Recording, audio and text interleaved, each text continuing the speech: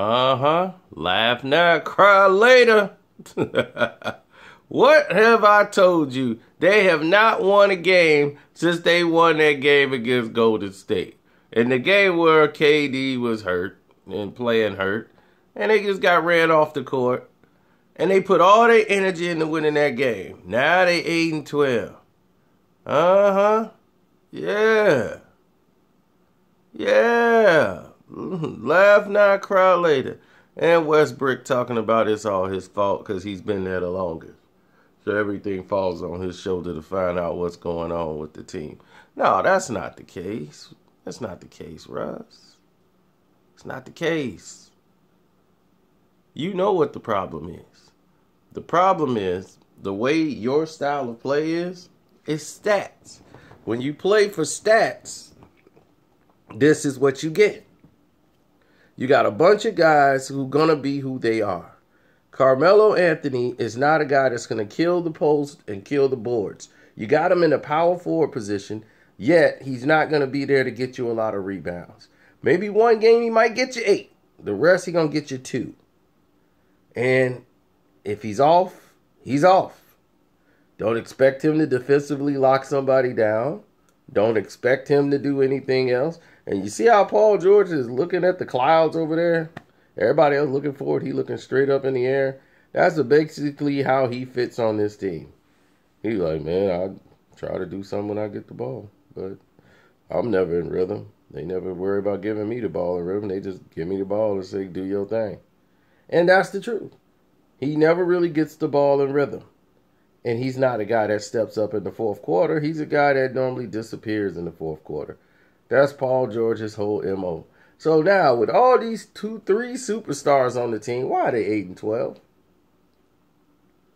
Didn't Carcino tell you? But yet, I don't know what I'm talking about, right? But it's early. Yeah, and it's going to be late. Everybody keeps talking about, but it's early. But it's going to be late soon. We about to hit December. Then where they going to be? We over a month into the season. They're 8-12. But that could easily slide into a 10-20. And you don't want to be 10-20, 10 games out in the West. The Wild Wild West. Now they're going to make the playoffs. But the reality is setting in that this team is very beatable. And look at what the hapless Eastern Conference has been doing to the Western Conference. They've been whooping they A. And all the people are like, man, they got all, there ain't nobody left in the East. Well, it looks like it's a lot of people left in the East. And they whooping A. So, spare me any consolation. I don't even want to hear it. I do not cry for you, OKC. Sorry. I can't do it. This is the reason why nobody is gravitating towards them. What happened to those 3 people who said OKC was going to win the NBA championship this year? Please show me them. And slap them in the face for being stupid. You're not going to win with Russell Westbrook. He doesn't play the type of basketball of unselfishness that you need. He averaged a triple-double. Anybody can average a triple-double if you're playing for it. You got to play to win the whole game. And then you're going to win some games if you're just going 100 miles an hour, going down there shooting, and your shot is dropping. But when you're not a great jump shooter like Russell Westbrook isn't, he's off and on. He's like a 30% shooter at best. You can tell the way the ball goes in the net. He's not a very good shooter. When he shoots it, it's like a knuckleball going in there. And he never tried to work on altering his shot. He never tried to get people the ball in their rhythm. He's basically, I'm going to break the defense down. Whoever pops out and they're open, I'm going to get them the ball. Or I'm going to just dribble, give him the ball, you shoot it. right away. There it is. That's an assist.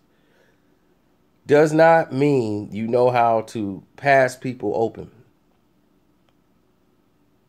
Getting them the ball in their shot spot. Someone slash into the basket. He drops a perfect dime. He's not that kind of player. He's special. He has the mentality. He can take over a game. I thought he did deserve MVP last year. And it's because I felt he had the worser team.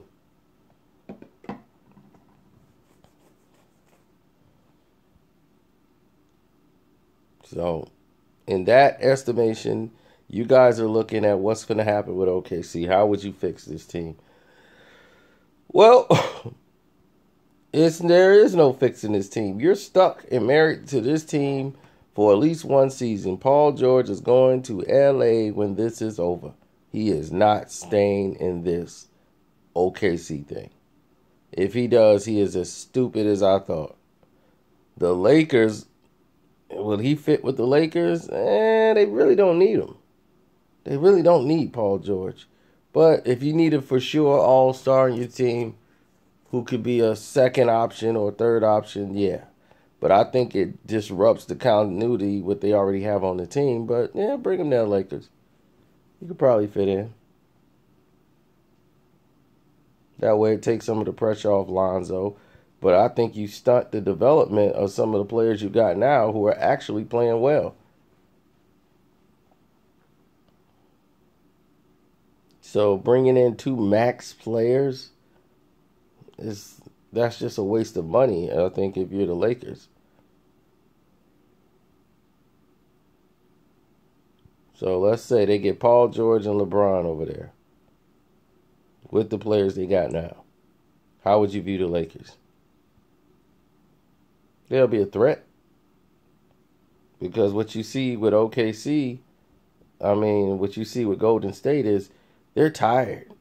That's the team that's the fatigue of going to the finals 3 years in a row. It's wearing them down. They got new rookies on the team that they need to produce right away, but the main core has been there for the 3. And it's draining. It's physically draining on them, and injuries are setting in. KD, I was always saying he was injury prone when he was with OKC because he does so much and puts so much stress on his body. It's going to be really hard on him. Then you look at Russell Westbrook in OKC. They haven't really been hit with the injury bug yet, but we're going to see what happens there. And Carmelo's he's never made an alteration to his game. He's always a one-on-one, take you off the wing basketball player. That's it. You're not going to get too many assists, and you're not going to get too many rebounds. And he's not going to play defense.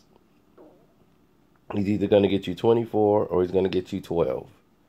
That's Carmelo Anthony. And he seems to drag that with him everywhere he goes. And that's what you're stuck with. So, I'm out. Y'all tell me what's going to happen with the future of this team.